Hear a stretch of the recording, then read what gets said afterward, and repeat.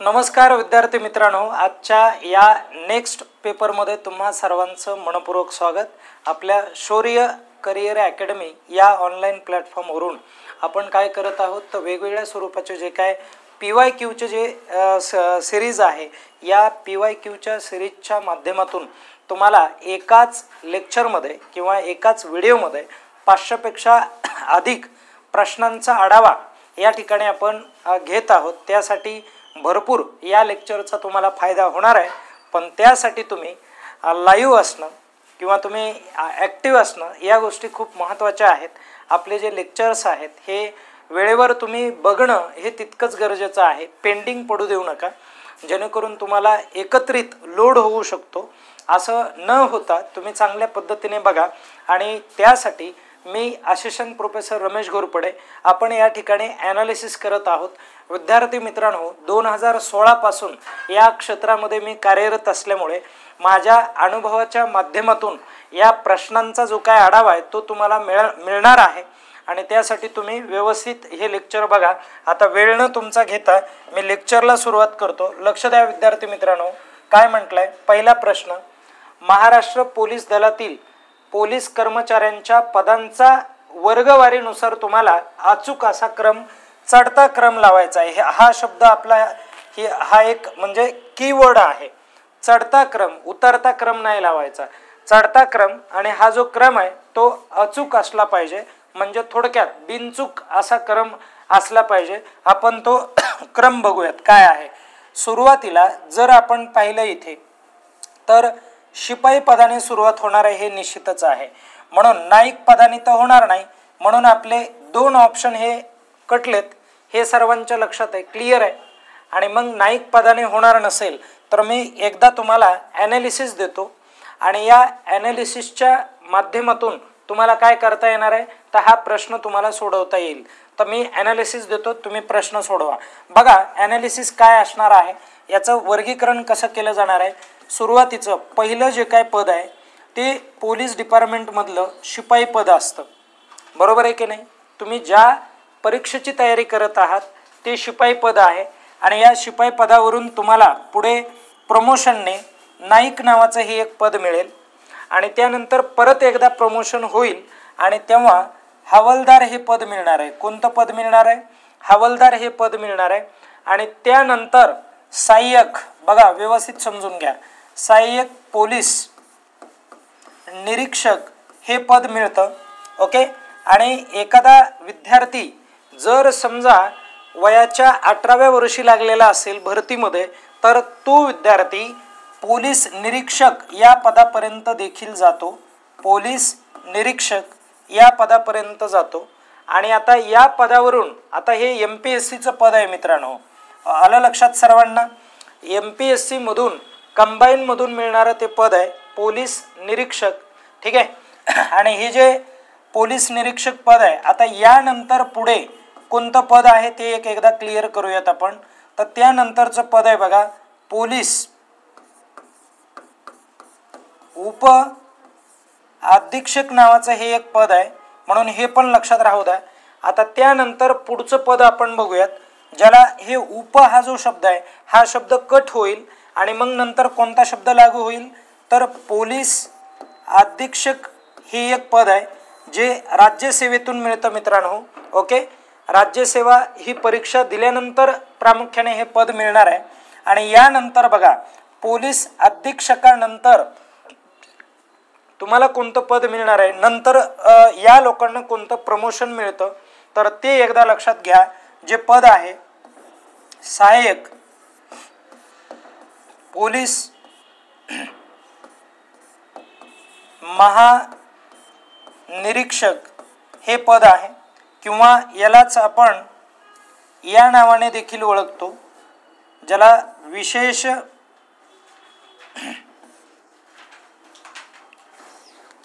किंवा पोलीस उप महानिरीक्षक हे पद आहे। आणि आता पुढे जाताना उप हा शब्द कट होणार आणि पुढे काय येणार आहे बघा, आता व्यवस्थित समजून घ्या। पोलीस महानिरीक्षक हे पद येणार आहे आणि यानंतर पुढे कोणतं पद आहे बघा, चढत्या क्रमाने आपण जात आहोत. यांच्यावरती कोणतं पद असतं, तर यांच्यावरती विशेष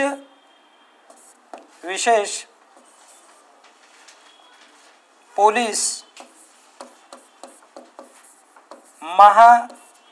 महासंचालक हे पद आहे. संचालक हे पद आहे, हे पण लक्षात राहू द्या. आणि यांच्यावरती कोणतं पद आहे, तर अप्पर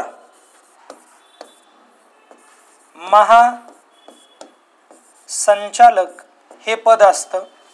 आणि अप्पर महासंचालक यांच्यावरती कुठलं पद आहे, तर त्यांच्यानंतर पोलीस महासंचालक हे पद असणार आहे. बरोबर आहे की नाही. तर या पद्धतीचे जे काही पद आहेत हे पद या ठिकाणी आपल्याला बघायला मिळतात. आणि तुम्हाला एक प्रश्न विचारला जातो मित्रांनो, हा एक प्रश्न आला होता नवी मुंबईला. काय होता प्रश्न, की मुंबईचे जे काय आयुक्त आहेत या आयुक्तांचा दर्जा खालीलपैकी कोणता असतो, तर त्यांचा दर्जा मित्रांनो अप्पर महासंचालक असतो. हे लक्षात राहू द्या. अप्पर महासंचालक या दर्जाचे ते अधिकारी असतात, म्हणून तोही प्रश्न तुम्ही नोट डाऊन करून घ्या. आणि त्यानंतर पुढचा आपण मुद्दा व्यवस्थित क्लिअर करूयात.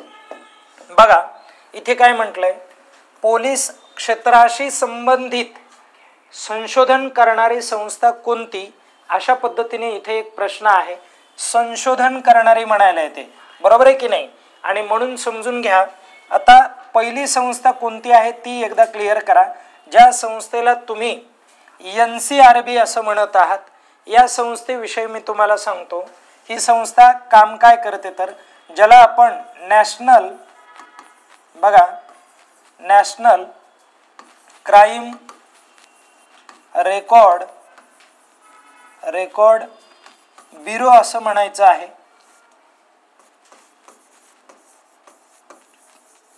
Record bureau. आता या नावातच आहे, हे तुम्हाला फुल फॉर्म माहीत असणं खूप महत्त्वाचं आहे. नॅशनल म्हणायला म्हणजे केंद्र पातळीवरती काम करणारी ही संस्था आहे. आणि कशाच्या संदर्भात काम करते हे माहिती पाहिजे, कारण परीक्षेला असं विचारलं जातं. काय विचारलं जातं परीक्षेला, तर हा जो क्राईम आहे मित्रांनो, तर नॅशनल लेवलला जे काही होणारे क्राईम आहेत या क्राईमचं रेकॉर्ड ठेवणारी ही संस्था आहे. एवढं क्लिअर राहू द्या. काय ठेवणारी, रेकॉर्ड ठेवणारी संस्था आहे, ज्याला आपण गुन्ह्यांची नोंद असं म्हणतो. तर जे काही गुन्हे झालेले आहेत या गुन्ह्यांची नोंद ठेवणारी जी संस्था आहे ती संस्था NCRB आहे. आणि त्यानंतर पुढचा आपण मुद्दा बघूयात, नंतरची संस्था कोणती आहे, तर बघा रिसर्च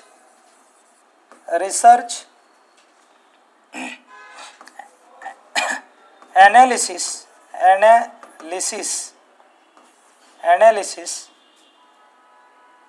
विंग्स नावाची ही संस्था आहे. विंग किंवा मग विंग्स ही जी संस्था आहे, ही संस्था काय करते, तर ही एक गुप्तचर संघटना आहे. जागतिक गुप्तचर संघटना आहे की भारताच्या संदर्भामध्ये विदेशामध्ये दहशतवादी कारवाया जर होत असतील तर त्या कारवायांबद्दल माहिती ठेवण्याचं जे काही काम आहे हे रॉ या संघटनेचं असतं. आणि रॉ या संघटनेमध्ये UPSCच्या माध्यमातून पासआउट झालेले जे काय लोक आहेत, IPS आहेत, ते IPS या रॉ नावाच्या संस्थेमध्ये काम करत असतात. म्हणून ही एक संस्था परराष्ट्र धोरणाच्या संदर्भात आहे. तुम्ही जर पेपर काढले विविध जिल्ह्यांचे तर तुम्हाला या संस्था येतच आहेत, कुठे ना कुठे विचारल्या जात आहेत, म्हणून लक्षात राहू द्या. आता बघा BPRD नावाची एक संस्था आहे, त्या संस्थेविषयी व्यवस्थित क्लिअर करून घ्या. बघा ज्याला आपण bureau of police research and development असं आपण म्हणतो. डेव्हलपमेंट. आणि हे जर तुम्हाला फुल फॉर्म माहिती असतील तर यांचं कार्य कळतं, म्हणून हे मी तुम्हाला फुल फॉर्म सांगायला आहे.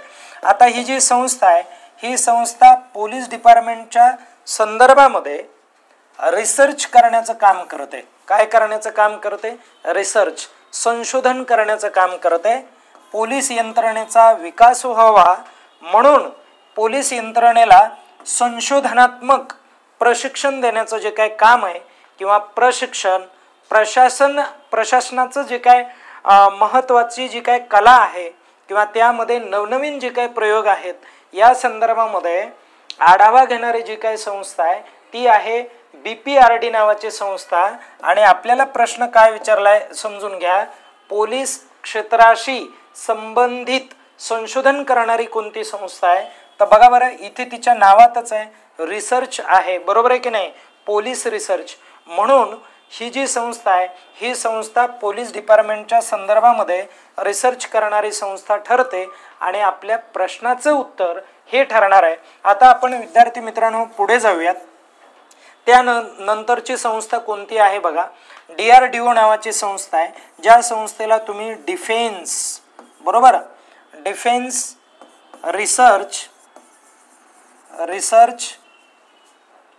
अँड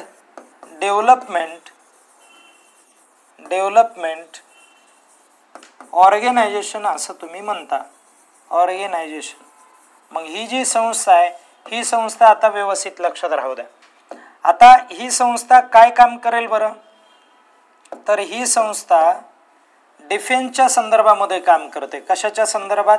डिफेन्स, ज्याला संरक्षण आपण म्हणतो. भारतीय लष्कराचं जे काही संरक्षण आहे, बरोबर आहे की नाही, भारतीय लष्कराचं किंवा भारतीय लष्कराच्या संदर्भामध्ये जो रिसर्च आहे आणि त्यांचा जो काय विकास आहे या विकासासाठी काम करणारी जी काय संस्था आहे ती DRDO नावाची ही संस्था आहे. म्हणून हे पण लक्षात राहू द्या, भारतीय गृह मंत्रालयाच्या अंतर्गत काम करणारी ही संस्था आहे आणि खूप महत्त्वाची संस्था आपल्याला बघायला मिळेल. त्यानंतर महाराष्ट्र राज्याच्या पोलीस ध्वजावर म्हणजे पोलिसांच्या झेंड्यावर अभय निदर्शक, बघा अभय निदर्शक असे कोणते चिन्ह आहे अशा पद्धतीचा प्रश्न आहे. आणि त्याचा ऑप्शन आहेत बघा, हाताचा पंजा, सिंह मुद्रा, चरका आणि अशोक चक्र. तर याचं करेक्ट उत्तर काय आहे? हाताचा पंजा. प्रत्येकाला माहिती असणार आहे, बरोबर आहे की नाही. तर पोलिसांच्या ध्वजावरती तुम्हाला हाताचा पंजा आणि त्याचबरोबर पंचकोणी जे काय स्टार आहे किंवा चिन्ह आहे ते आपल्याला पारंपरिक चिन्ह असलेलं बघायला मिळतं सुरुवातीपासून. आणि मित्रांनो आपण ऑप्शन विषयी थोडंसं जरा क्लिअर करूयात. आता हे जे ऑप्शन आहे सिंह मुद्रा, हे ऑप्शन तुम्हाला सारनाथ या ठिकाणी एक स्तंभ आहे, सारनाथ, बरोबर आहे की नाही. आणि त्या सारनाथ ठिकाणी असलेला जो स्तंभ आहे त्या स्तंभावरती सिंह मुद्रा तुम्हाला दिसतात. 4 सिंह आहेत आणि त्याच्या खाली म्हणजे थोडक्यात पायाच्या ठिकाणी तुम्हाला अशोक चक्र बघायला मिळतं. आणि हे जे अशोक चक्र आहे हे आपल्या तिरंग्यावरती पण आहे. अगोदर आपल्या तिरंग्यावरती चरका होता मित्रांनो आणि हा चरका आता काढलेला आहे. आपल्या प्रश्नाचं उत्तर हे असणार आहे, एवढं एकदा क्लिअर करून घ्या. ओके. आणि हे जे अशोक चक्र आहे या अशोक चक्रामध्ये 24 आऱ्या आहेत हे प्रत्येकांना माहीत आहे. आणि 24 आऱ्या का आहेत तर 24 प्रत्येक आरी जी काय आहे ती एक मूल्य दर्शवण्याचं काम करते. आणि त्याचबरोबर दिवस रात्र जर विचार केला म्हणजे एका दिवसामध्ये 24 तास असतात. किती तास? 24. म्हणून हा प्रश्न या ठिकाणी आपल्याला विचारात घ्यावा लागतो, बरोबर. आता आपण हे जे राजमुद्रा आहे हे आपलं राष्ट्रीय चिन्ह आहे किंवा राष्ट्राचं आपल्या प्रतीक आहे, म्हणून ते पण तुम्हाला लक्षात ठेवायचं आहे. ओके. आता आपण पुढे जाऊयात. बघा महाराष्ट्र गुप्त वार्ता प्रबोधिनी नावाची ही एक संस्था आहे. आणि जी संस्था किंवा ज्या संस्थेचं मुख्यालय तुम्हाला विचारलेलं आहे तर त्याचं करेक्ट उत्तर काय होणार आहे? पुणे होणार आहे. ओके. हे पण तुम्ही लक्षामध्ये ठेवा, या गोष्टी महत्त्वाच्या आहेत. आपण थोडंसं पुढे जाऊयात पण तत्पूर्वी तुम्हाला एक माहिती सांगतो. ही जी संस्था आहे ही संस्था, ज्या संस्थेला आपण महाराष्ट्र इन्व्हेस्टिगेशन एजन्सी असं म्हणतो, ही जी एजन्सी आहे मित्रांनो ही एजन्सी का निर्माण झाली माहिती आहे का? कारण 26/11ला मुंबईवरती हल्ला झाला होता. 26 2011ला. आणि मग अशा प्रकारचे जे काय दहशतवादी हल्ले आहेत, बरोबर आहे की नाही, दहशतवादी जे काय हल्ले आहेत हे हल्ले होऊ नये किंवा या दहशतवादी हल्ल्यांच्या संदर्भात प्रशिक्षण देता यावं यासाठी एखादी संस्था असावी, प्रशिक्षण देता यावं यासाठी एखादी संस्था असावी, म्हणून या संस्थेची निर्मिती झालेली आपल्याला बघायला मिळते. हा एक त्यामधला विशेष पॉइंट आहे. आपण पुढे जाऊयात, नंतरचा मुद्दा आपण बघूयात काय आहे. बघा की दहशतवादासंबंधी गुन्ह्याचा तपास करते कामी विशेषरित्या निर्माण करण्यात आलेली यंत्रणा कोणती, तर बघा पहिला ऑप्शन आहे CID, नंतर CBI, रॉ आणि NIA अशा पद्धतीने ऑप्शन आहे. तुम्हाला व्यवस्थित सांगतो. आता पहिली जी संस्था आहे त्यांचा आढावा घेऊ. काय आहे, CID अशी एक संस्था आहे. आता या संस्थेला आपण काय म्हणतो तर क्राईम इन्व्हेस्टिगेशन डिपार्टमेंट म्हणतो. आणि ही जी डिपार्टमेंट आहे हे स्टेट लेवलला काम करतं. जे क्राईम झालेले आहेत म्हणजे जे गुन्हे झालेले आहेत ते CIDच्या माध्यमातून सोडवले जातात स्टेट लेवलला. आता नंतरची संस्था काय आहे तर नंतरची संस्था CBI नावाची आहे. CBI ज्याला सेंटर ब्युरो ऑफ इन्व्हेस्टिगेशन असं म्हटलं जातं. आणि ही सेंटर लेवलला काम करते. कोणत्या लेवलला काम करते, सेंटर लेवलला, म्हणजे थोडक्यात राष्ट्रीय पातळीवर काम करणारी ही संस्था आहे. देशामध्ये घडलेले जे काय गुन्हे आहेत त्या गुन्ह्यांचा तपास करणारी ही संस्था आहे CBI. ओके, लक्षात राहू द्या. आणि ही जी रॉ नावाची संस्था आहे, ज्या रॉ संस्थेविषयी आत्ताच माहिती पाहिली, जी आपली परराष्ट्र किंवा भारतीय परराष्ट्राची एक गुप्तचर संघटना आहे. आणि एक विशेष महत्त्वाचं तुम्हाला समजून घ्यावं लागेल, NIA ही संस्था आहे. आणि ही जी संस्था आहे ही संस्था काय करते तर देशामध्ये झालेले जे काही दहशतवादी हल्ले आहेत, बॉम्बस्फोट आहेत, त्या बॉम्बस्फोटाचा तपास लावण्याचं जे काय काम आहे दहशतवादी हल्ल्याचा, त्याच्यासाठी ही काम करणारी संस्था आहे, जिला आपण नॅशनल इन्व्हेस्टिगेशन ऑफ एजन्सी असं म्हणतो. बघा, नॅशनल इन्व्हेस्टिगेशन एजन्सी. आणि ही जी नॅशनल इन्व्हेस्टिगेशन एजन्सी ते दिल्लीमध्ये झालेला जो काय बॉम्बस्फोट आहे, बरोबर आहे की नाही, 2025 हा जो बॉम्बस्फोट आहे, या बॉम्बस्फोटाचा जो काय शोध लावण्याचं काम आहे, ही जी केस आहे ही केस कुणाकडे दिलेली आहे तर NIA या संस्थेकडे दिलेली आहे. म्हणून हे आता आपलं करंटचा प्रश्न आहे. कशाचा प्रश्न आहे आपला, तो करंटचा प्रश्न आहे, म्हणून ते देखील लक्षात राहू द्या. ओके, आपण जाऊयात पुढे. नंतर बघा इंटरपोल नावाची संस्था आहे. कोणती आहे, इंटरपोल. आणि इंटरपोल संघटनेचं मुख्यालय तुम्हाला विचारलंय. मी इंटरपोल संस्थेचा उद्देश तुम्हाला सांगतो कोणता आहे, तर व्यवस्थित लक्षात घ्या. इंटरपोल कोणती संस्था आहे, इंटरपोल ही संस्था आहे. मग या संस्थेविषयी बघूयात.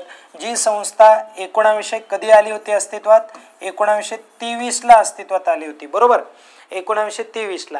आणि जिचं मुख्यालय तुम्हाला कुठे बघायला मिळतं मित्रांनो, तर मुख्यालय हे तुम्हाला लिओन फ्रान्स या ठिकाणी बघायला मिळतं. फ्रान्स म्हणजे थोडक्यात तुमचं उत्तर हे आहे, तिसऱ्या नंबरचं उत्तर आहे. आणि ज्या संस्थेला तुम्ही काय म्हणता तर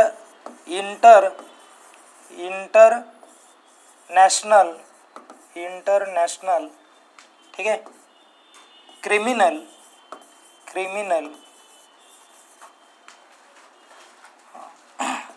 पोलीस ऑर्गनायझेशन.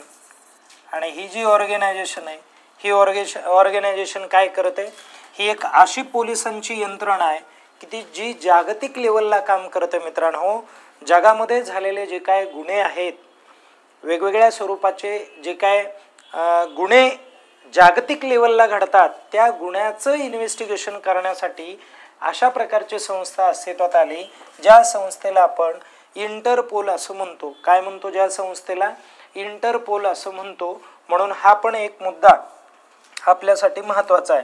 ओके, लक्षात राहू द्या. आणि हे न्यूयॉर्क जे आहे, या न्यूयॉर्कला युनिसेफ नावाची जी काय संस्था आहे, युनिसेफ नावाची जी संस्था आहे, या संस्थेचं प्रामुख्याने काय आहे तर मुख्यालय आहे, बरोबर आहे की नाही.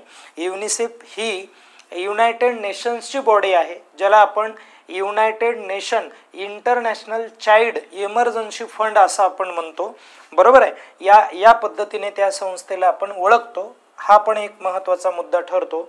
आपण जाऊयात पुढे.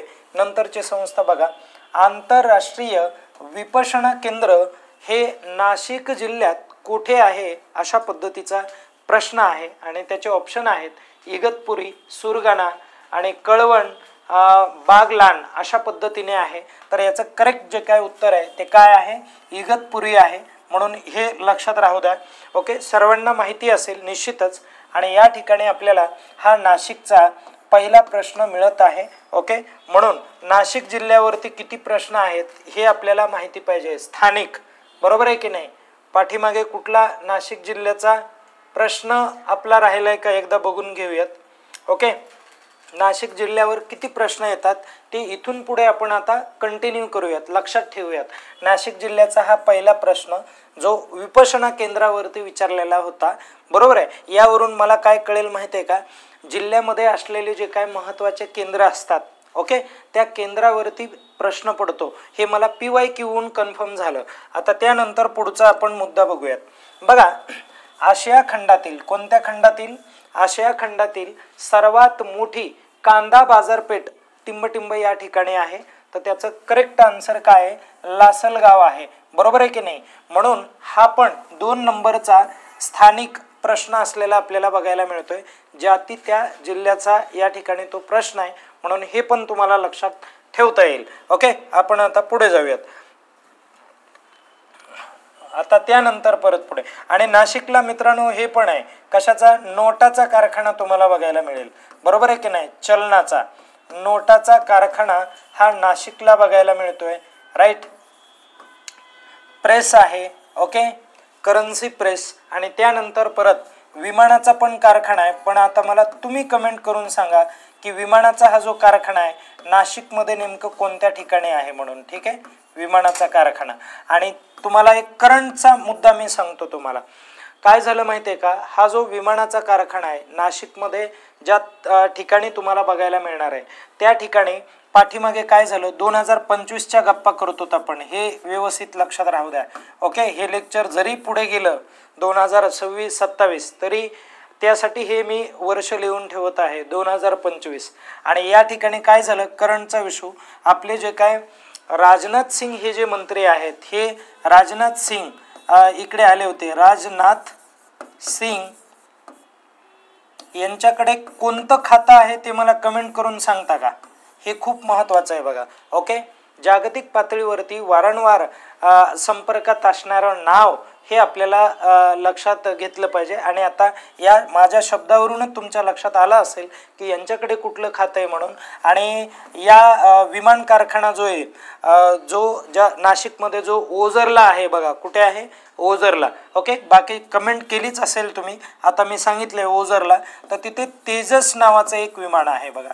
तेजस नावाच्या एका नवीन लढाऊ विमानाला आपण काय केलंय, तेजस MK1 अशा पद्धतीचं हे विमान आहे, लढाऊ विमान. आणि या लढाऊ विमानाचं आपण यशस्वी चाचणी घेतलेली, म्हणून तुम्हाला ते आत्ता परीक्षेला विचारलं जाण्याची दाट शक्यता आहे. म्हणून लक्षात राहू द्या कुठे काय लक्षात ठेवायचंय म्हणून. ओके, आता आपण पुढे जाऊयात. नंतर बघा, मराठी भाषा दिन, कोणता, मराठी भाषा दिन म्हणून कोणता दिवस साजरा केला जातोय ते तुम्हाला सांगायचं आहे.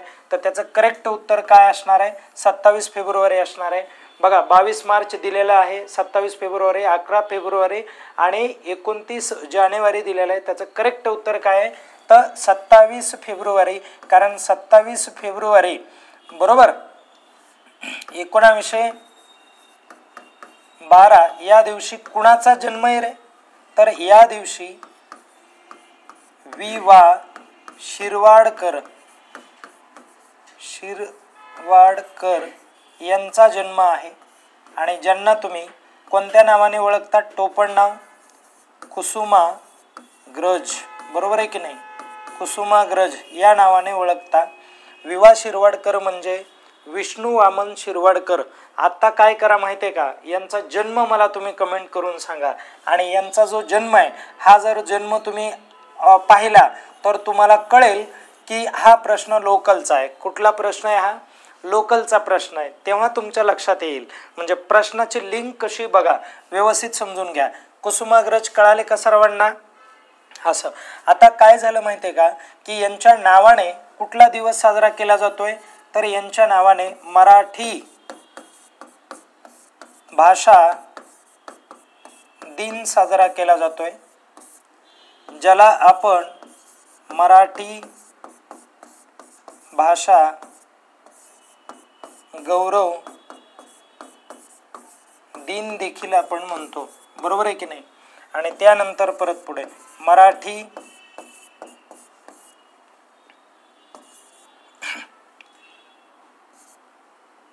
जागतिक, त्याला तिसरा शब्द कुठला आहे? जागतिक मराठी भाषा दिन म्हणून देखील आपण साजरा करतो. लक्षात आलं सर्वांना? या पद्धतीने आपल्याला लक्षात ठेवावं लागेल. इथपर्यंत प्रत्येकाला क्लिअर असेल. मी थोडंसं पुढे जातो मित्रांनो. आता काय झालं होतं माहिती आहे का, की मराठी भाषा दिन हा तर आपल्याला लक्षात ठेवायचाच आहे, पण आता त्यानंतर पुढचा मुद्दा हा पण आपल्याला लक्षात ठेवायचा. तर मराठी अभिजात भाषा दिन हा पण आपल्याला लक्षात ठेवला पाहिजे. 3 ऑक्टोबर आहे. किती ऑक्टोबर आहे? 3 ऑक्टोबर आहे. पाठ करून टाका, कारण पुढच्या वेळेस हा पण तुम्हाला विचारला जाईल. आणि हा जो आहे मित्रांनो, लक्षात ठेवा, मराठी भाषेला अभिजात भाषेचा दर्जा देण्यासाठी अनेक समित्यांनी काम केलेलं आहे. बरोबर आहे की नाही? मराठी भाषेचा किंवा मराठी भाषेला अभिजात भाषेचा दर्जा दिला पाहिजे यासाठी काम करणाऱ्या प्रामुख्याने आपल्याला 2 ज्या काही कमिटी आहेत, समिती आहेत, या लक्षात येतात. पहिली आहे तर रंगनाथ पठारे नावाची समिती होती. प्रत्येकाला माहिती असेल. ओके, मराठीचं पुस्तक वाचलेलंच असेल, मराठी व्याकरण. रंगनाथ पठारे, श्री रंगनाथ पठारे. मग हे पठारे साहेबांची जी काही कमिटी आहे, ती कमिटी, त्या कमिटीने काय केलंय, तर मराठी भाषेला अभिजात भाषा दर्जा मिळावा यासाठी प्रयत्न करणारी कमिटी होती. आणि यानंतर पुढे कोणती कमिटी आली? ज्ञानेश्वर मुळे. बरोबर आहे की नाही? ज्ञानेश्वर मुळे हे नाव पुढे येतं. आणि यानंतर 2024ला तब्बल 5 भाषेला अभिजात भाषेचा दर्जा मिळतो. किती भाषेला? 5 अभिजात भाषेचा दर्जा मिळतो. अभिजात भाषेचा दर्जा मिळतो, भाषेचा दर्जा प्रदान होतो. त्याच्यामध्ये आपली मातृभाषा, मायबोली मराठी पण आहे. आणि 5 कोणत्या भाषात? तर मराठी एक भाषा जिला अभिजात भाषेचा दर्जा 2024ला मिळाला. आणि मराठी बरोबरच प्राकृत भाषा मित्रांनो. कोणती भाषा? प्राकृत भाषा. त्यानंतर परत पाली भाषेला देखील मिळाला. याचबरोबर कुणाला? बंगाली भाषेला देखील मिळाला मित्रांनो. कोणत्या भाषेला? बंगाली या भाषेला देखील दर्जा मिळाला. ओके. आणि यानंतर आसामी भाषेला देखील दर्जा मिळाला. आसामी या भाषेला देखील दर्जा मिळाला आपल्याला दिसून येईल. बरोबर आहे की नाही? इथपर्यंत. मग एकूण किती भाषांना आत्तापर्यंत दर्जा देण्यात आलेला आहे? तर 11 भाषांना दर्जा देण्यात आलेला आहे. किती भाषांना? भारतामध्ये अभिजात भाषेचा जो काय दर्जा आहे तो आत्तापर्यंत 11 भाषांना मिळालेला आहे. म्हणून हे पण तुम्ही लक्षात ठेवा. याही गोष्टी महत्त्वाच्या आहेत. आता 11 भाषांमध्ये हा एक मुद्दा थोडासा लक्षात राहू द्या, की सर्वात प्रथम कोणत्या भाषेला दर्जा मिळाला होता हे एक आपल्याला क्लिअर असणं गरजेचं आहे. तर तेलुगू भाषा होती. कोणती होती? तेलुगू भाषा होती बघा. ओके, तेलुगू भाषा, सॉरी तमिळ भाषा आहे ती. कोणती भाषा आहे? तमिळ. जी कधी मिळाला? 2004ला मिळाला होता. बरोबर आहे, 2004ला. आणि तमिळ नंतर कोणत्या भाषेला? संस्कृत या भाषेला मिळाला होता. 2000 कधी मिळाला होता? 5ला मिळाला होता. बरोबर आहे की नाही? म्हणून हा पण एक महत्त्वाचा मुद्दा या ठिकाणी आपल्याला लक्षात ठेवता येईल. बरोबर आहे की नाही? तर या गोष्टी खूप गरजेच्या आहेत. त्यानंतर 2008ला 2 भाषेला दर्जा मिळाला होता ते मला कमेंट करून सांगा. त्यानंतर 2013ला देखील मिळाला होता, मल्याळम भाषा होती. आणि 2014ला कोणती भाषा होती तर ओडिया नावाची एक भाषा होती, तिला मिळाला होता. ओके. आणि 2008ला 2 भाषांना प्रामुख्याने दर्जा मिळाला. कोणती होती कमेंट केली का सर्वांनी? ओके. मग मला सांगता येईल कोणती भाषा? कानडी भाषा. कोणती भाषा? कानाडी ही भाषा आहे. 2008ला दर्जा मिळाला. त्यानंतर परत पुढे मित्रांनो, कानडी भाषा झाल्यानंतर तेलुगू भाषेला देखील मिळाला होता. तेलुगू या भाषेला मिळाला होता 2008ला. ओके. आणि मल्याळम ही जी भाषा आहे, मल्याळम या भाषेला 2013ला मिळाला मित्रांनो. आणि त्यानंतर परत पुढे मल्याळम झाल्यानंतर ओडिया नावाची, बरोबर आहे की नाही, ओडिसाची जी भाषा आहे 2014ला दर्जा मिळाला. कधी मिळाला? 2014ला. आणि 5 भाषेला 2024ला मिळाला, हे सर्वांना माहिती आहे. म्हणून इथपर्यंत आता सर्वांना क्लिअरच असेल, म्हणून काय अडचण नाही. मी जरा थोडंसं पुढे जातो. बघा, गरज पडली तर स्क्रीनशॉट घेऊ शकता आणि आपण पुढे जाऊयात. नंतरचा जो काय प्रश्न आहे तो बघूयात. बघा, स्वातंत्र्यवीर सावरकर आहेत आणि हे व्यक्तिमत्व इतिहासामध्ये खूप प्रसिद्ध असं व्यक्तिमत्व आहे. आणि या व्यक्तिमत्वाचा जो काय जन्म आहे, तो जन्म, यांचं जन्मस्थळ नाशिक जिल्ह्यात नेमकं कुठे आहे असा प्रश्न आहे तो. बघा, Kalwan, option number 2 Bhagur, option number 3 Surgana आणि त्र्यंबकेश्वर यापैकी तुम्हाला कोणतं करेक्ट उत्तर वाटतं ते एकदा सांगा. ओके. कोणतं आहे? बरोबर आहे का बघा. ओके. चलायचं पुढे. इथपर्यंत क्लिअर. आता हे एकदा क्लिअर करा की स्वातंत्र्यवीर सावरकर जे काय आहेत, या सावरकरांच्या कोणत्या संस्था आहेत. आपण कालच्या सेशनमध्ये पाहिलं होतं बघा, या अगोदरच्या. आणि त्याच्यात तुम्ही खूप चांगल्या पद्धतीने त्याला प्रतिसाद देखील दिलेला आहे. भरपूर लोकांनी तो व्हिडिओ पाहिलेला आहे. आणि कुठल्या संस्थात, आता आज मी रिपिटेशन करत नाही त्याच्याबद्दल. आता बघा, कुंभमेळा याविषयी प्रश्न पडलेला आहे आणि नंतर पण येईल, कारण 2027ला नाशिकमध्ये कुंभमेळा होणार आहे आणि त्यासाठी तुम्हाला यावरती प्रश्न पडेल. आता कुंभमेळ्याच्या संदर्भात काय काय लक्षात ठेवायचं? कुंभमेळा दरवर्षी किती वर्षाने होतो? तर हा जो कुंभमेळा आहे, हा कुंभमेळा दरवर्षी म्हणजे 12 वर्षानंतर होतो. कधी होतो? 12 वर्षानंतर. प्रत्येक 12 वर्षानंतर इथं जो मेळावा भरतोय त्याला तुम्ही कुंभमेळा म्हणताय. आणि एक अर्ध कुंभमेळा देखील भरतो मित्रांनो. अर्ध कुंभमेळा, हा जो अर्ध कुंभमेळा आहे हा कुठे भरतो माहिती आहे का? हा प्रयागनगर इथे भरतो. प्रयागनगर या ठिकाणी भरतो. मला कमेंट करून सांगा प्रयागनगर ही कुठलं शहर आहे म्हणून. अर्ध कुंभमेळा कधी भरणार? दर 6 वर्षाने. किती? दर 6 वर्षानंतर भरणारा जो, या असल्या प्रकारावरती परीक्षेमध्ये प्रश्न विचारले जातात बघा. कारण काय होतं माहिती आहे का, तुम्हाला फक्त कुंभमेळाच माहिती असतो. दर किंवा मग दर 12 वर्षानंतर भरणारा हा जो आहे. आता त्यानंतर एक प्रश्न तुम्हाला विचारला जातो, महाकुंभमेळा देखील भरतो बघा. महाकुंभमेळा किती वर्षानंतर भरतो ते पण माहिती पाहिजे. महाकुंभमेळा हा किती वर्षानंतर किंवा कुठे भरतो ते अगोदर बघा.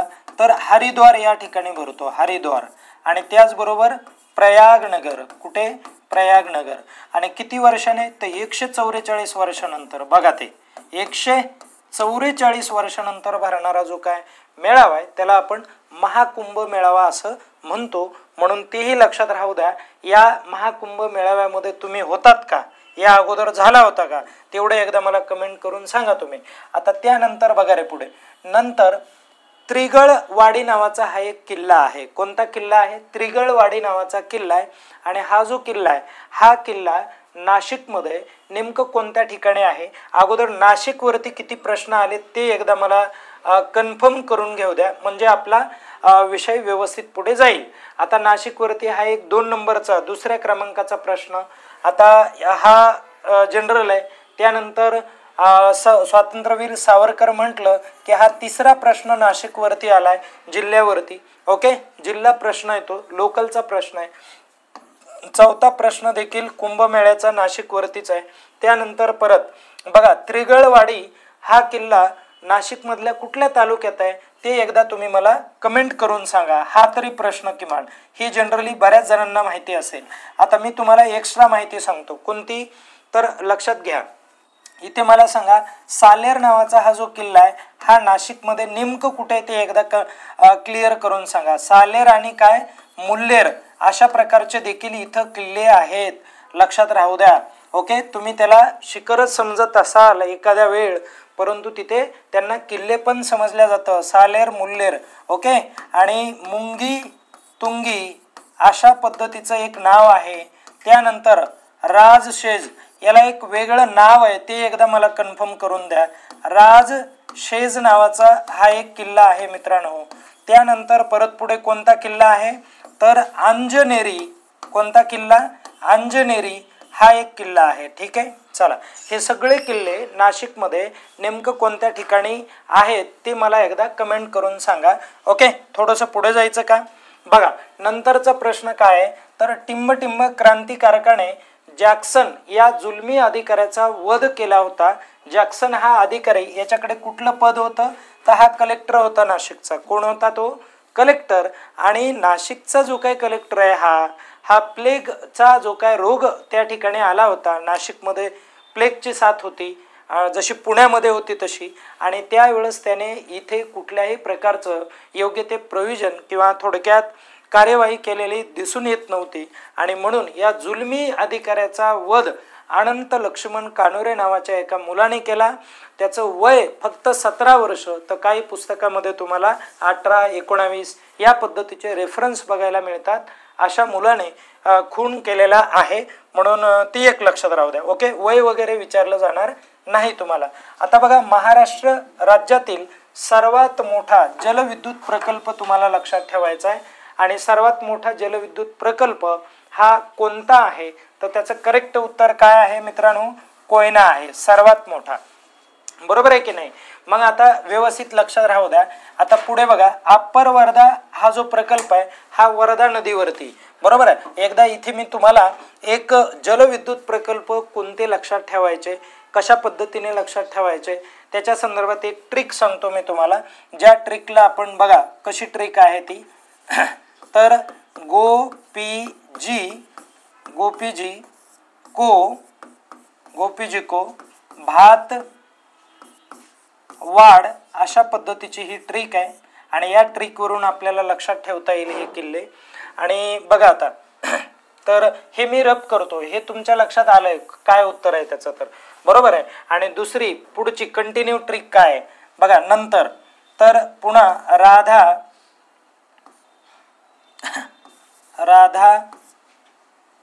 पवना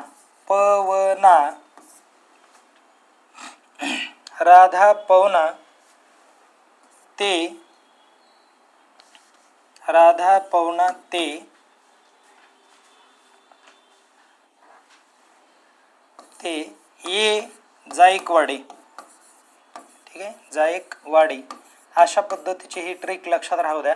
या ट्रिकने थोडंसं आपण पुढे जाऊयात. याच्यावरून तुम्हाला महत्त्वाचे जे काय जलविद्युत प्रकल्प ते जलविद्युत प्रकल्प लक्षात येतील. आता लक्षात ठेवा मित्रांनो की यावरून कोणता जलविद्युत प्रकल्प लक्षात ठेवायचा. इथून गोसी खुर्द नावाचा जलविद्युत प्रकल्प, गोसी खुर्द नावाचा हा जलविद्युत प्रकल्प.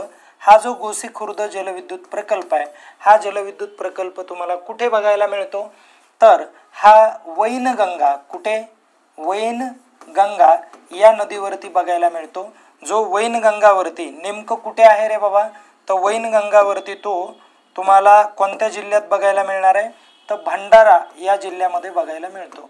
भंडारा या जिल्ह्यामध्ये आहे.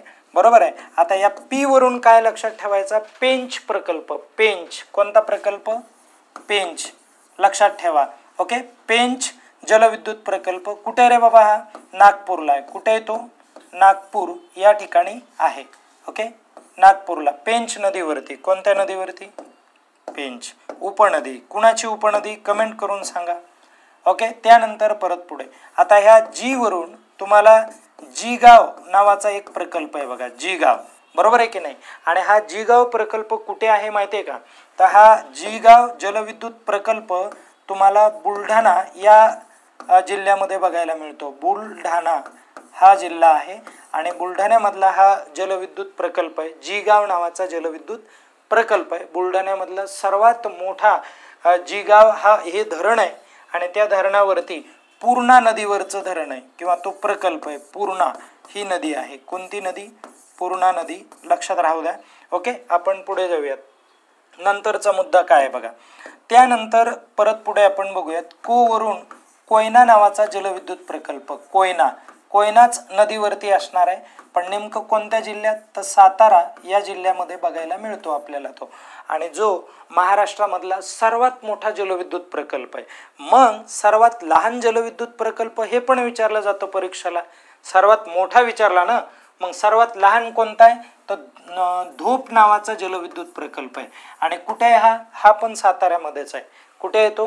साताऱ्यामध्येच. म्हणून तेही लक्षात राहू द्या. आता बघा, भातवरून भातसा नावाचा जलविद्युत प्रकल्प आहे. भातसा असा जलविद्युत प्रकल्प आहे आणि हा जलविद्युत प्रकल्प तुम्हाला ठाणे या जिल्ह्यामध्ये बघायला मिळतो. कोणत्या जिल्ह्यामध्ये? ठाणे जिल्ह्यामध्ये. आता हे वाडवरून वैतरणा नावाचा जलविद्युत प्रकल्प. वैतरणा हा जलविद्युत प्रकल्प कुठे? तर नाशिकला बघायला मिळतो. नाशिक. बरोबर आहे की नाही? असं. आता त्यानंतर परत पुढे या राधावरून तुम्हाला आपला म्हणजे आपल्या महाराष्ट्रातला सर्वात जुना जो काही जलविद्युत प्रकल्प आहे तो बघायला मिळतो, ज्याला तुम्ही राधानगरी असं म्हणता. आणि हा जो राधानगरी मित्रांनो, राधानगरी हा जो प्रकल्प आहे, हा प्रकल्प कोल्हापूरला बघायला मिळतोय. कुठे? कोल्हापूर. बरोबर आहे की नाही? इकडे बघायला मिळतो. आता त्यानंतर परत पुढे काय लक्षात ठेवायचं माहिती आहे का? आता इथे आपल्याला पवना नावाचा हा जो जलविद्युत प्रकल्प आहे, हा जलविद्युत प्रकल्प पवना नदीवर पुणेला बघायला मिळतो. कुठे? पुणे या ठिकाणी बघायला मिळतो. आणि ते वरून काय लक्षात ठेवावं लागेल आपल्याला? तर ते वरून तिल्लारी नावाचा हा जलविद्युत प्रकल्प आहे. हा जलविद्युत प्रकल्प कुठे बघायला मिळतो? तर हा देखील तुम्हाला कोल्हापूर या ठिकाणी बघायला मिळतो. आणि हा जो कोल्हापूर सिंधुदुर्ग यांच्या सीमेवरचा जो प्रकल्प आहे, तिल्लारी प्रकल्प, या प्रकल्पाला मदत करणारं किंवा स्पॉन्सरशिप देणारं कोणतं राज्य होतं? तर ते होतं गोवा राज्य. मित्रांनो, कोणत्या राज्याने दिली होती? गोवा राज्याने मदत दिली होती. हे पण लक्षात राहू द्या. ओके. आता त्यानंतर परत पुढे इथं तुम्हाला काय लक्षात ठेवावं लागेल? तर येवरून येलदरी नावाचा प्रकल्प आहे. येलदरी हा प्रकल्प आहे. आणि येलदरी प्रकल्प हा तुम्हाला कुठे? जिंतूर तालुक्यात बघायला मिळतो. जिंतूर तालुका कुठे? परभणीला आहे. कुठे आहे? परभणीचा हा जलविद्युत प्रकल्प आहे. आणि एक शेवटचा जायकवाडी हा जलविद्युत प्रकल्प छत्रपती संभाजीनगर या ठिकाणचा प्रकल्प आहे. बरोबर आहे की नाही? छत्रपती संभाजीनगर. आणि हा जो प्रकल्प आहे, हा प्रकल्प तुम्हाला गोदावरी नदीवर बघायला मिळतोय. कुठे? गोदावरी या नदीवर बघायला मिळतो. अशा पद्धतीने तुम्हाला एवढे जे जलविद्युत प्रकल्प, हे जलविद्युत प्रकल्प आपल्याला लक्षात ठेवायचे आहेत. ओके, लक्षात राहू द्या. हे खूप महत्त्वाचं आहे मित्रांनो. ओके, या जलविद्युत प्रकल्पावरती आपल्याला परीक्षेमध्ये प्रश्न आहेत. ओके, चला आता हे होत नाही आहे, तर या पद्धतीने तुम्ही लक्षात राहू द्या हे कोणते जलविद्युत प्रकल्प आहेत म्हणून. ठीक आहे, सर्वांना कळालं का? एवढे जलविद्युत प्रकल्प आपल्याला लक्षात ठेवायचे आहेत. मी जातो आता पुढे. नंतरचा प्रश्न, भारताचे 29वे राज्य कोणते आहे ते तुम्हाला सांगायचं आहे. आणि हे मला तुम्ही कमेंट करून सांगा की 29 नंबरचं राज्य कोणतं असणार आहे. मी तुम्हाला यांच्या जे काय राजधान्यात याविषयी बोलतो. आता मिझोराम हे जे राज्य आहे, हे या ठिकाणी आयझोल नावाची ही एक राजधानी आहे. आयझोल यांची राजधानी. आणि सिक्कीमची राजधानी कोणती आहे? गंगटोक. बरोबर आहे की नाही? गंगटोक ही राजधानी. आणि तेलंगणाची राजधानी कोणती? तर तेलंगणाची अमरावती राजधानी आहे मित्रांनो. कोणती आहे? अमरावती राजधानी. ओके. आणि त्यानंतर झारखंडची कोणती आहे? तर रांची राजधानी. कोणती राजधानी आहे? रांची आहे. बरोबर आहे की नाही? एवढ्या गोष्टी लक्षात ठेवायच्या. आणि आंध्र प्रदेशमधून, कोणत्या प्रदेशमधून? आंध्र प्रदेशमधून वेगळं झालेलं जे काय राज्य आहे ते कोणतं आहे? तेलंगणा. कारण याच्यावरती प्रश्न स्पेशली विचारला जातो म्हणून सांगत आहे. तेलंगणा. हे कधी झालं? तर हे झालं मित्रांनो 2014ला झालं. कधी झालंय ते? 2014 14 या वर्षी झालेलं आहे, म्हणून हे पण तुम्हाला परीक्षेला विचारलं जाणार आहे. ओके, काय काय विचारलं जाणार आहे कळालं. आणि मग आंध्र प्रदेशची राजधानी ही कोणती आहे, तर आंध्र प्रदेशची राजधानी तुम्हाला या ठिकाणी लक्षात ठेवा, ही तेलंगणाची, माझ्याकडून जरा अमरावती झालंय, तेलंगणाची आंध्र प्रदेशची राजधानी अमरावती आहे आणि तेलंगणाची काय आहे तर हैदराबाद ही राजधानी आहे, म्हणून हे पण लक्षात राहू द्या. हा पण एक महत्त्वाचा मुद्दा आहे. आता पुढे नाशिक जिल्ह्याच्या संदर्भामध्ये बघूयात. हा जो नाशिक जिल्ह्याचा लोकलचा प्रश्न आहे, हा कितवा प्रश्न आहे तेवढं एकदा चेक करूयात आपण. बरोबर आहे, आपण कुठपर्यंत आलोत बघा. तुम्हाला हा 5वा प्रश्न बघायला मिळाला. हा जो प्रश्न आहे हा हा 4था प्रश्न बघायला मिळाला. हा 5वा प्रश्न आहे. कितवा प्रश्न आहे जिल्ह्याचा? 5वा प्रश्न आहे. आपण थोडं पुढे जाऊयात. नंतरचा जो काय प्रश्न आहे बघा, जॅक्सन, हा 6वा प्रश्न आहे जिल्ह्याचा. जिल्हा वाईज विचारलेला प्रश्न कितवा आहे? हा 6वा आहे. त्यानंतर पुढचा आपण मुद्दा बघूयात. नंतरचा प्रश्न आता बघा, हा कॉमन प्रश्न आहे आणि हा 7वा प्रश्न कशावरती विचारला आहे? नाशिक जिल्ह्यावरती. नाशिक जिल्ह्याचे जे काही जिल्हा अधिकारी आहेत ते कोण आहेत असा प्रश्न विचारला आहे आणि नाशिक जिल्ह्याचे जिल्हा अधिकारी जलज शर्मा हे असलेले आपल्याला बघायला मिळतात. तुम्हाला हे पण लक्षात ठेवावं लागेल की पोलीस आयुक्त कोण आहेत असं तुम्हाला विचारलं जाईल. तर पोलीस आयुक्त संदीप, काय लक्षात ठेवावं लागेल? संदीप कर्णिक. काय लक्षात ठेवावं लागेल? संदीप कर्णिक हे नाव लक्षात राहू द्या. हे तुम्हाला कमिशनर असलेले बघायला मिळतील. आणि मनपा म्हणजे महानगरपालिका, महानगरपालिकेचे जे काय आयुक्त ते कोण आहे? श्रीमती मनीषा खत्री या आहेत. हे पण तुम्हाला लक्षात ठेवावं लागेल. हे पण परीक्षेला विचारलं जाईल. ओके, काय काय विचारलं जाईल कळायलंय तुम्हाला. आता आपण जाऊयात पुढे. नंतरचा प्रश्न, नाशिक परिक्षेत्र या नाशिक परिक्षेत्राचे विशेष पोलीस महानिरीक्षक म्हणून कोणाची नियुक्ती झालेली किंवा कोण आहेत असं विचारलंय. खालीलपैकी कोण आहेत? तर त्यांचं करेक्ट उत्तर काय आहे तर दत्तात्रय कराळे हे नाशिकचे काय आहेत तर तुम्हाला इथे विशेष पोलीस महानिरीक्षक असलेले दिसून येणार. बरोबर आहे की नाही? अशा पद्धतीने हे लक्षात राहू द्या. आपण थोडंसं पुढे जाऊयात. नंतरचा मुद्दा बघा. नंतरचा प्रश्न काय आहे? नाशिक शहरातील पोलीस स्टेशनची जी काय संख्या आहे ती संख्या किती आहे मित्रांनो असा प्रश्न विचारलाय. तर नाशिक शहरामध्ये 14 पोलीस स्टेशन आहेत. किती पोलीस स्टेशन आहेत? 14 पोलीस स्टेशन आहेत. नोट डाऊन करून घ्या. आणि त्यानंतर परत पुढचा प्रश्न, नक्षलबारी हे गाव आहे बघा. हे जे गाव आहे हे गाव तुम्हाला कुठे असलेलं बघायला मिळत आहे तर पश्चिम बंगालमध्ये असलेलं बघायला मिळत आहे. आणि या गावामधूनच कोणती 1967 या ठिकाणी तुम्हाला इथून काय झालेली दिसते तर नक्षलवादी नावाची जी काय संघटना आहे, नक्षलवादी ही जी संघटना आहे ही संघटना तयार झाली होती. बरोबर आहे की नाही? ही संघटना तयार झाली होती, म्हणून हा पण प्रश्न या ठिकाणी महत्त्वाचा आहे. बरोबर. आता आपण जाऊयात पुढे. बघा नंतरचा प्रश्न काय आहे? खालीलपैकी महाराष्ट्रातील दुसरे सर्वोच्च शिखर सांगायचं आहे. कितव्या नंबरचं? दुसऱ्या नंबरचं शिखर सांगायचं आहे मित्रांनो. आणि त्याचं करेक्ट आन्सर काय असणार आहे तर सालेर असणार आहे. काय असणार आहे? सालेर असणार आहे.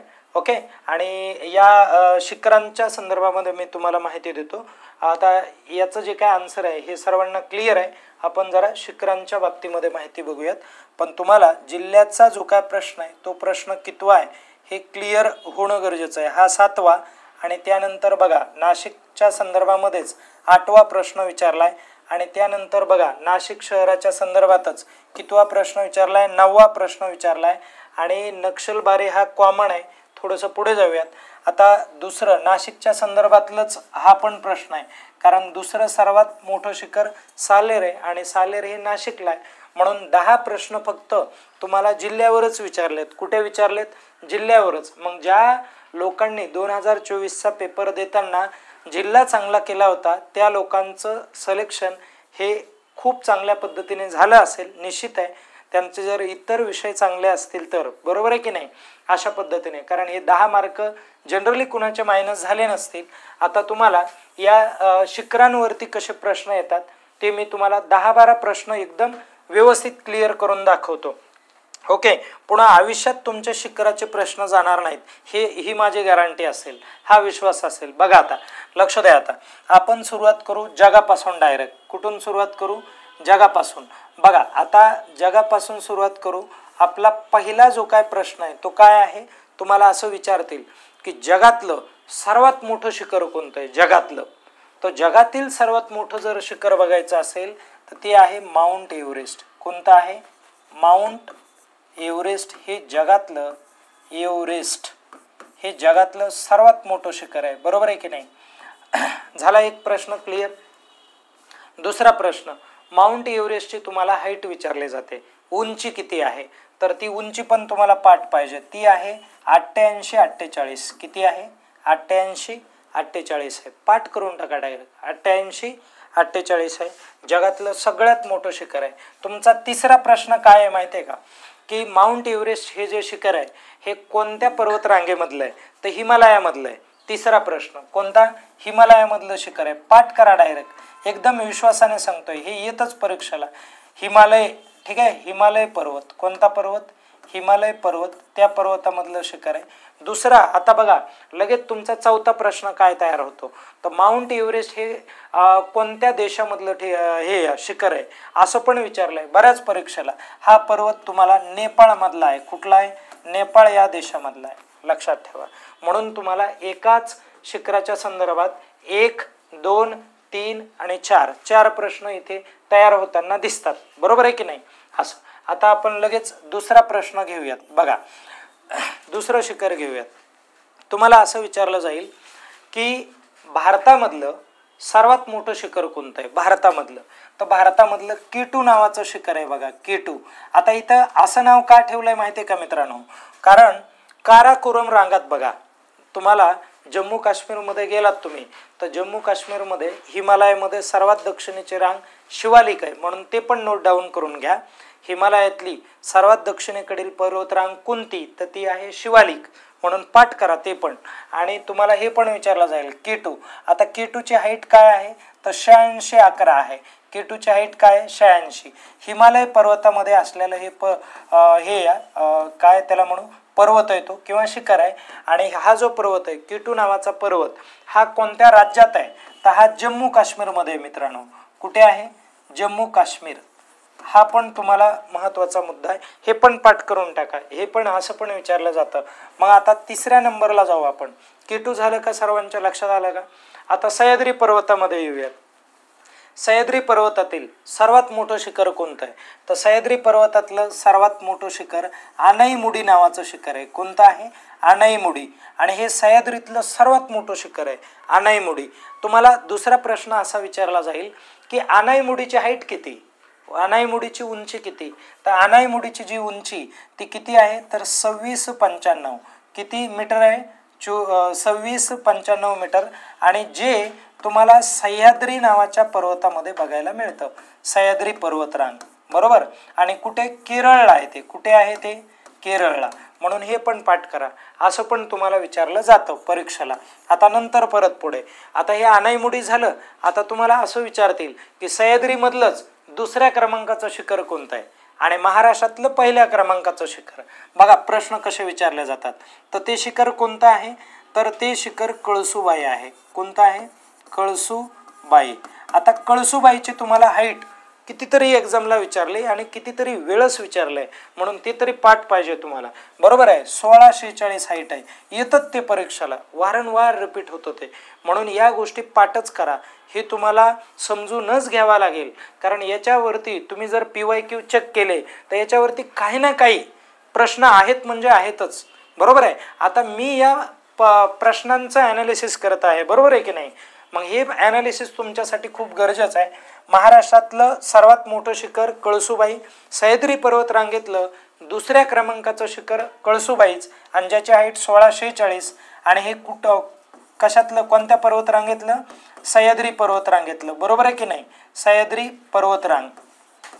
आणि कुठे हे महाराष्ट्रामध्ये नाशिकमध्ये तुम्हाला बघायला मिळतं. नाशिक बरोबर आहे की नाही.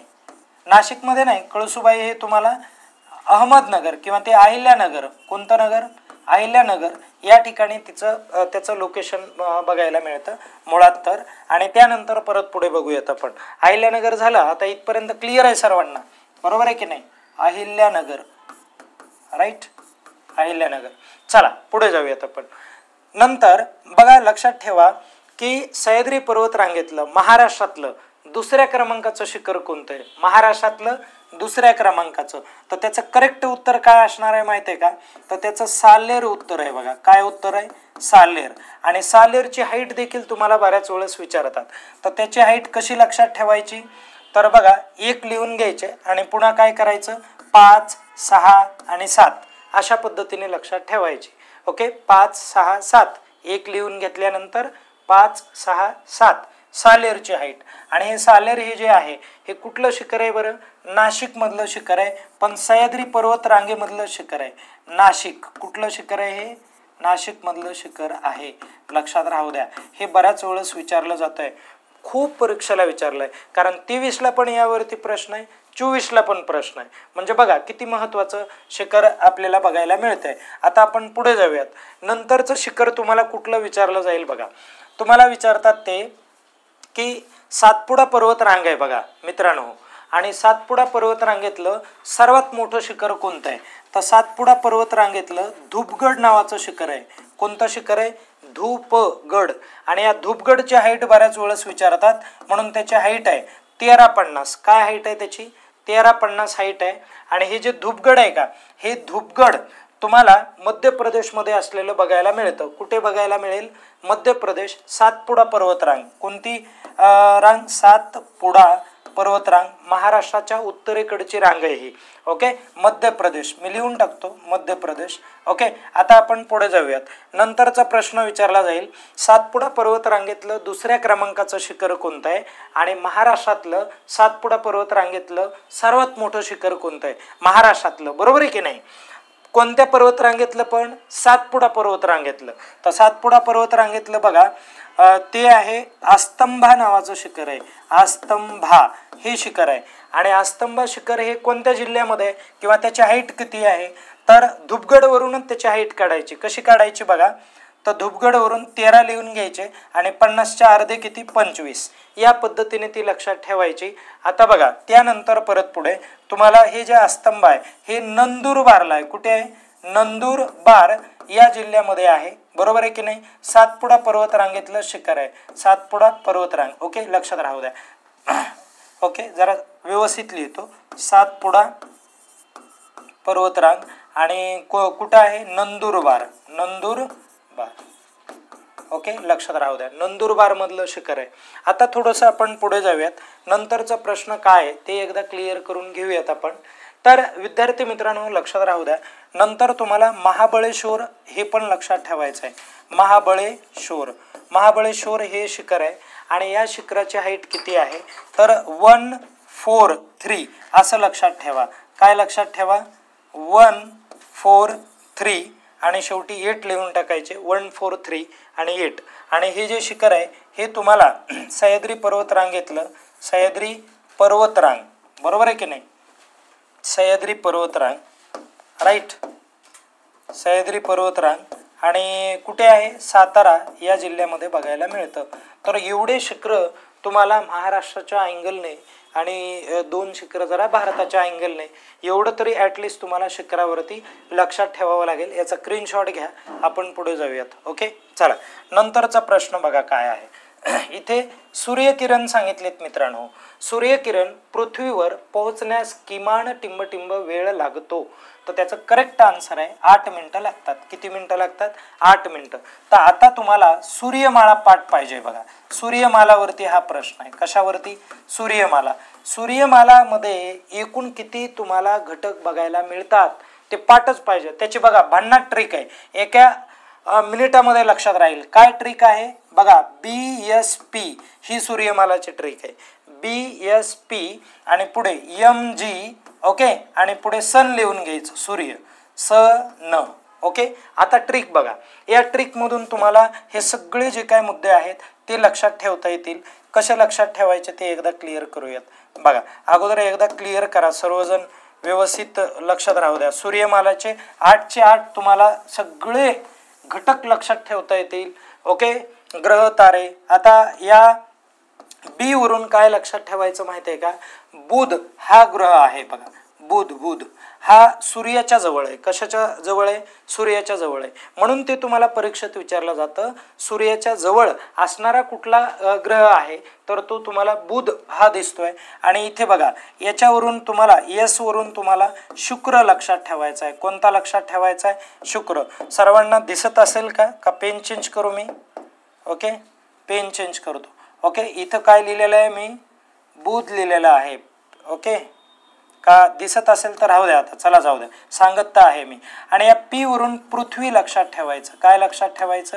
पृथ्वी. ओके, आणि पृथ्वीवरती मानव वस्ती आहे हे तर सर्वांना माहिती आहे, म्हणून आता त्याच्याविषयी बोलत नाही.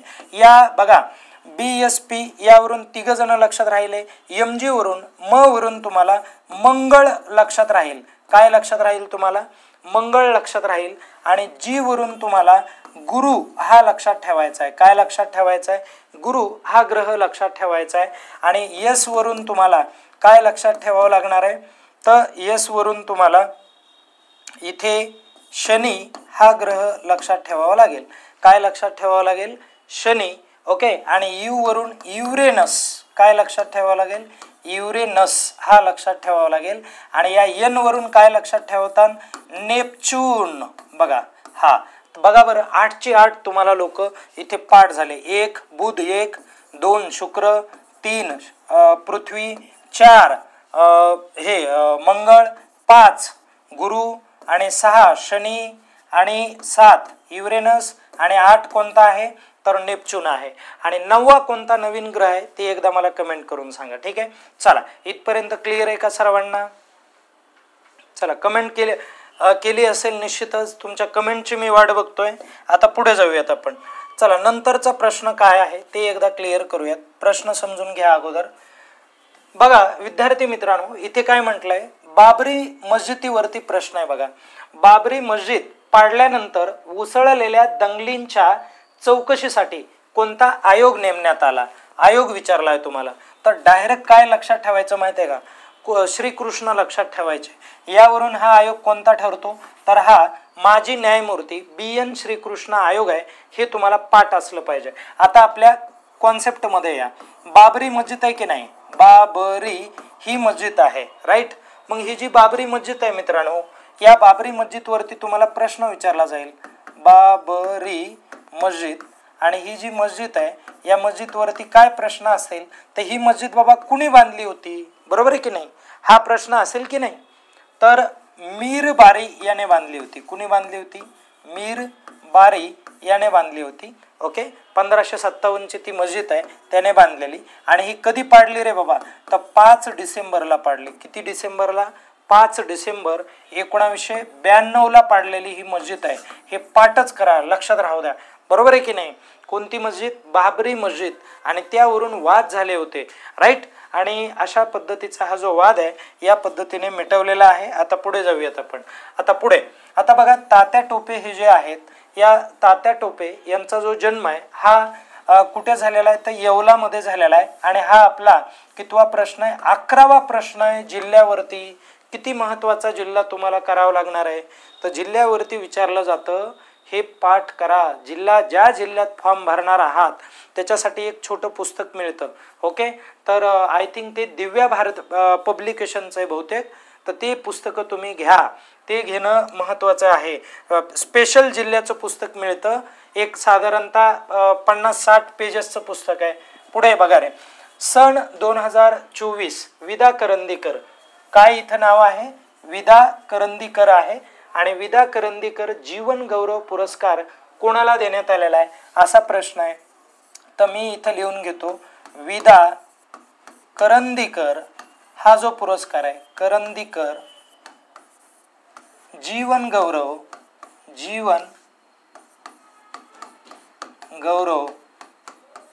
पुरस्कार, हा हा जो पुरस्कार आहे मित्रांनो, हा पुरस्कार तसा 2023चा होता. 2000 कधीचा होता तो? 23चा. आणि ह्याचं वितरण कधी झालं? 2024ला झालं. आणि 2024ला कुणाला देण्यात आला? तर तो रवींद्र शोभणे यांना देण्यात आला. शोभणे यांना देण्यात आला. कळालं सर्वांना? मग तुम्हाला आता 2025चा विचारला जाईल की नाही? आता जर त्यांनी काय विचारलंय की विदा करंदीकर जीवन गौरव पुरस्कार हा कोणाला देण्यात आला, तर हे 2024ला विचारलं. आता 25ला पण विचारला जाणार ना. मग हा पुरस्कार कधीचा आहे? 24चा आहे. पण वितरण कधी झाला? 2025ला झाला. कुणाला देण्यात आला? तर र बोराडे यांना मिळाला आहे. हे पाठ करा. बोराडे कोणत्याही जिल्ह्याला विचारला जाईल. ओके. काय पुरस्कार विचारलाय? तर विदा करंदीकर हा पुरस्कार विचारलाय. ज्ञानपीठ प्राप्त साहित्यकार होते. कुणाला दिला जातो हा पुरस्कार? तर साहित्य क्षेत्रामध्ये काम करणारे जे अतिशय महान साहित्यिक आहेत अशा लोकांना दिला जातो हा पुरस्कार. म्हणून हे पण तुम्हाला लक्षात ठेवावं लागेल. आणि लक्षात ठेवा, एक शेवटचा प्रश्न काय? सन 2024च्या T20 वर्ल्ड कपमध्ये, कोणत्या वर्ल्ड कपमध्ये?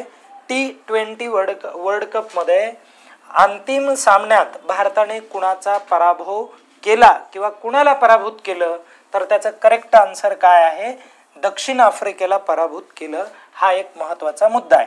आता लक्षात ठेवा, आता आपण हा जो वर्ल्ड कप आहे T20, कोणता world cup? T20 world cup. हा जो वर्ल्ड कप आहे मित्रांनो, हा 2007ला जिंकला होता. 2007ला. आणि त्यानंतर आता कधी जिंकला? तर आता 2024ला जिंकलेला आहे. बरोबर आहे की नाही? 2 वेळा. म्हणून हे पण खूप महत्त्वाचं आहे लक्षात ठेवायला. आणि आता निश्चितच कुठला महिला वर्ल्ड कप तुम्हाला डोक्यात ठेवायचा आहे. तर महिला वर्ल्ड कप बघा, समजून घ्या. महिला वर्ल्ड कप जो आहे, हा जो महिला वर्ल्ड कप आहे, हा महिला वर्ल्ड कप कधीचा आहे? 2025चा आहे. आणि हा वर्ल्ड कप कुणी आयोजित केला होता? आयोजन कुणी केलं होतं? हे यावरती परीक्षेला प्रश्न आहे. आयोजन. ठीक आहे, आयोजन.